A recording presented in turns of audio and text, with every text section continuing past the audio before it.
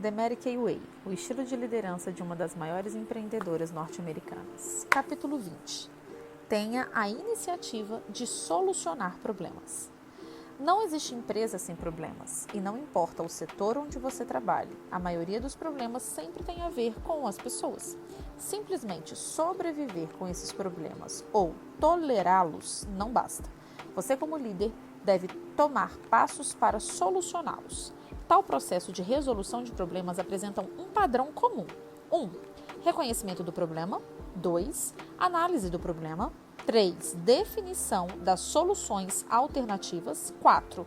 Seleção da melhor alternativa. 5. Implementação. E 6. Acompanhamento e avaliação dos resultados. O primeiro passo na resolução de um problema é admitir que ele existe.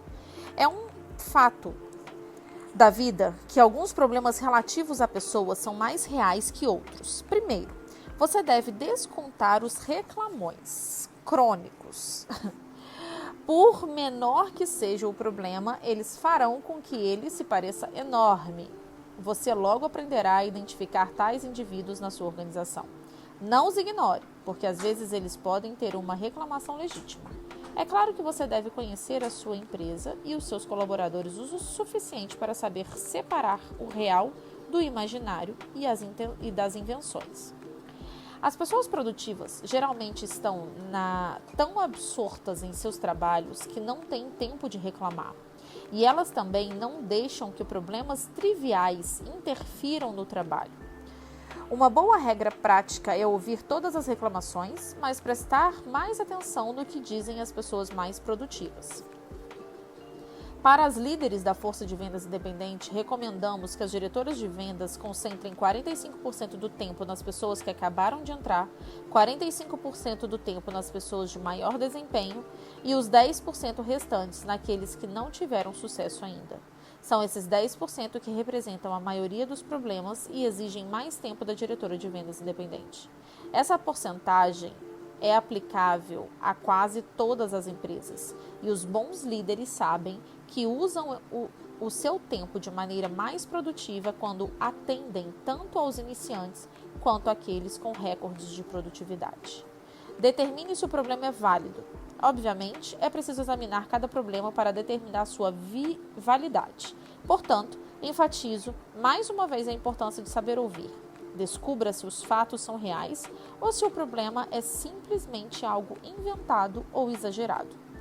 Com uma força de vendas independente grande, se algo estiver evidentemente errado, é certo que receberemos opiniões fortes por parte de muitas consultoras de beleza independentes e diretoras de vendas independentes. Isso é particularmente verdadeiro quando introduzimos um novo produto. Por exemplo, quando um novo lápis para sobrancelhas foi anunciado, muitas pessoas da força de vendas independente reclamavam que ele quebrava ao ser apontado. A nossa investigação revelou que o problema não era com o lápis, e sim com o nosso apontador. Ao mudar para um apontador com 2 lâminas, a ponta não quebrava mais. Embora verifiquemos cada reclamação, quando tantas mulheres nos escreveram falando sobre o lápis de sobrancelha, soubemos imediatamente que isso era um problema real. Contudo, só porque você recebe um grande número de reclamações, não é preciso automaticamente supor que existe algo de errado. De vez em quando, ao introduzirmos uma grande mudança, a reação inicial é negativa, mas sabemos que muitas pessoas resistem às mudanças, até mesmo quando são mudanças para melhor. Assim, por mais que levemos a sério as reclamações, depois de uma análise profunda descobrimos que a mudança se justifica. Mas é o modo como comunicamos essas mudanças que importa. É aconselhável repensar com cuidado, antecipadamente, o modo como você apresentará as possíveis mudanças. Pode ser que a sua apresentação seja inadequada, não a mudança em si. Um bom líder ouve com atenção, em busca do verdadeiro problema. Há pessoas que reclamam porque querem atenção.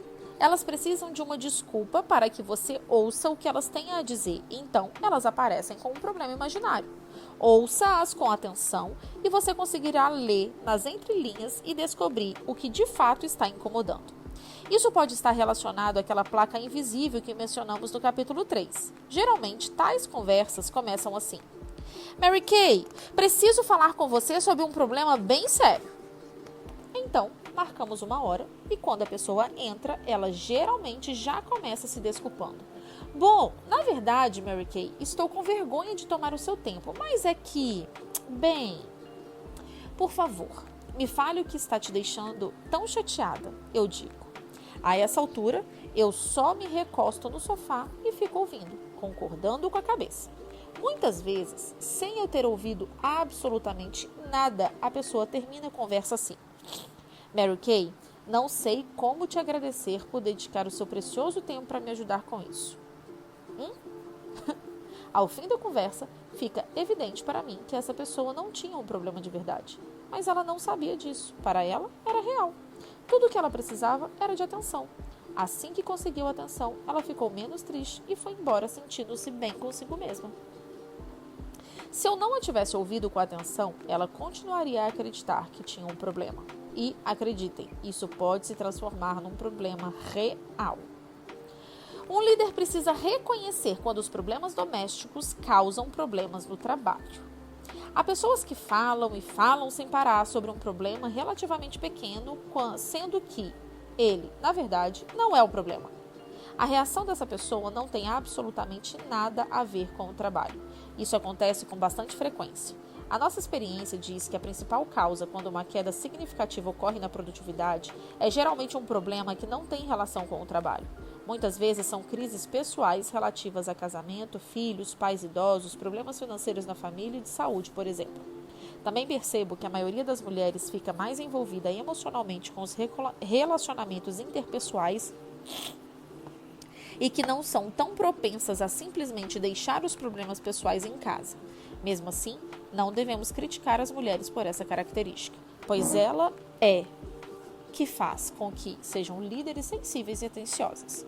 Já li que mulheres em cargos executivos apresentam uma taxa de divórcio maior do que a média. Algumas pessoas acreditam que uma executiva de sucesso precisa negligenciar a família em nome da carreira. Não acredito nisso. Pelo contrário, suspeito que muitas mulheres em cargos subalternos continuam com casamentos infelizes por causa de restrições financeiras. Assim que conseguem empregos que pagam mais, o senso de independência financeira lhes dá opções. Se isso for verdade, então a taxa de divórcio entre as executivas talvez não seja tão perturbadora quanto parece.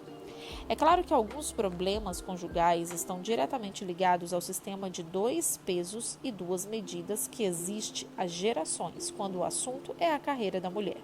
Por exemplo, não há problema se um marido tem um trabalho que exige muito dele e que o faz ficar fora de casa até às 10 ou 11 da noite, contando que ele ligue para a esposa e diga: querida, vamos fazer uma auditoria hoje à noite, só vou chegar em casa mais tarde. Ou teremos de cancelar a nossa viagem porque não posso ficar muito tempo longe do escritório. Ou ainda, não podemos ir para aquela festa que você tanto queria. Na nossa cultura, tais privilégios masculinos sempre foram algo aceitável. Mas, se uma mulher ligar para o marido e dizer o mesmo, a coisa muda completamente de figura. Qual é a solução para tal discrepância? Em primeiro lugar, eu acredito que uma mulher deve comunicar ao marido a natureza de seu trabalho e o quanto ela está determinada a ter sucesso. Ela só pode ter o apoio dele quando ele entender que as metas de sua carreira não são uma ameaça ao relacionamento e nem às outras obrigações. Com a força de vendas independente, uma maneira que temos de conseguir o apoio dos maridos é convidá-los a participar dos eventos patrocinados pela empresa. Quando uma consultora de beleza independente ou diretora de vendas independente traz o marido, nós o convidamos para participar de aulas especiais e também atividades recreativas, como torneios de boliche e golfe. Descobrimos que quanto mais o cônjuge entende a natureza do negócio, mais ele o apoia. Quando o marido entende as metas de sua esposa, é pouco provável que ele diga: pelo amor de Deus, quanto tempo dura uma dessas sessões de cuidados com a pele? Ao invés disso, ele até fica disposto a ajudar com as tarefas de casa em alguns dias da semana, por perceber o valor do trabalho da esposa, tanto para o desenvolvimento dela, quanto para as finanças da família. Sem o apoio do cônjuge, as pessoas, qualquer que seja sua linha de trabalho, precisam operar sob condições problemáticas capazes de sugar as energias até mesmo dos mais fortes. Descubra as possíveis soluções para o problema. Um importante passo para a resolução de problemas é diagnosticar a verdadeira natureza deles. Também, aqui, o líder deve trabalhar em conjunto com as outras pessoas. Abuse dessa comunicação. Peça a elas para ajudar a definir o escopo do problema. Durante essa análise, reflita sobre a seguinte pergunta: todos os elementos do problema estão dentro da sua jurisdição ou do seu departamento? Se o problema advém de algo que foge ao seu controle, você teria como mudar esse padrão, instituir medidas corretivas ou se adaptar ao problema quando ele a afeta? Vamos imaginar que você é uma líder de departamento que faz a montagem de um produto com partes oriundas de outras empresas. Mas há algo errado. O produto final não funciona e você tem um problema. Você diagnostica o problema ao analisar cada parte do todo, observando atentamente as características de cada passo da montagem e analisando cuidadosamente o produto final. Você acaba percebendo qual é o problema. Um dos componentes é grande demais. Essa descoberta leva ao terceiro passo na resolução do problema: definir as possíveis soluções. O líder inteligente, mais uma vez, recorrerá a outras pessoas nessa fase do processo. Esta é a ocasião em que um ambiente de trabalho descontraído e livre mostra o seu valor, porque é aí que as pessoas podem se arriscar e imaginar possíveis soluções criativas. Depois de discutirem um assunto, você e a sua equipe determinam que as opções são mudar de fornecedor, reduzir a peça que é grande demais ou modificar o produto final. Muitas vezes, você terá de escolher uma entre todas essas possíveis soluções. Se, na nossa linha de montagem hipotética, você descobre que os seus colaboradores talvez não querem mudar de fornecedor e que também não podem tirar alguns centímetros do componente de trabalho excessivo, então talvez você descubra que a melhor alternativa é aumentar o espaço no qual o componente será encaixado. Ao selecionar a melhor alternativa, é claro que você precisa levar em consideração fatores como custo, tempo, uso da força de trabalho e qualidade do produto final. O próximo passo no processo de resolução do problema é a implementação. Aqui você pode aplicar os requisitos necessários à mudança que discutimos no capítulo 10. O último passo é acompanhar para saber se o problema de fato foi solucionado e avaliar a qualidade da solução. Como líder, você precisa estar preparada para lidar com uma grande variedade de problemas. Alguns deles serão reais, outros serão imaginários, mas a maioria é uma combinação dos dois. Ouça com atenção e mantenha a mente aberta. Finalmente, e talvez o mais importante, lembre-se do velho ditado: não se mexe em time que está ganhando. As diretoras de vendas independentes falam sobre os valores de Mary Kay em prática nos dias de hoje. Problemas que são solucionados não são mais um obstáculo. Isso deixa você livre para enfrentar novos desafios, diz Rosemary Zeck, da Alemanha, cuja filha decidiu juntar-se à mãe numa empreitada Mary Kay assim que completou 18 anos de idade. Quando você é a dona do seu próprio negócio, precisa estar disposta a sair da sua zona de conforto, diz Cat, dos Estados Unidos. Você precisa adquirir experiência para resolver problemas, e só você pode fazer isso. As mulheres são boas de intuição, diz Elizabeth Oswa, que foi pioneira Mary Kay no Reino Unido e já está na sua 6ª Mercedes cor-de-rosa. Quando você combina isso com a resolução de problemas e a prática de elogiar as pessoas até elas alcançarem o sucesso, você criou um ambiente livre para crescer, diz ela. Todas sabem que qualquer negócio apresenta todo tipo de problema, quase o tempo todo, diz Wanda James, dos Estados Unidos. E sempre acreditei que, quanto mais preparada você estiver para solucionar problemas, mais rápido você conseguirá avançar as coisas e mais sucesso terá.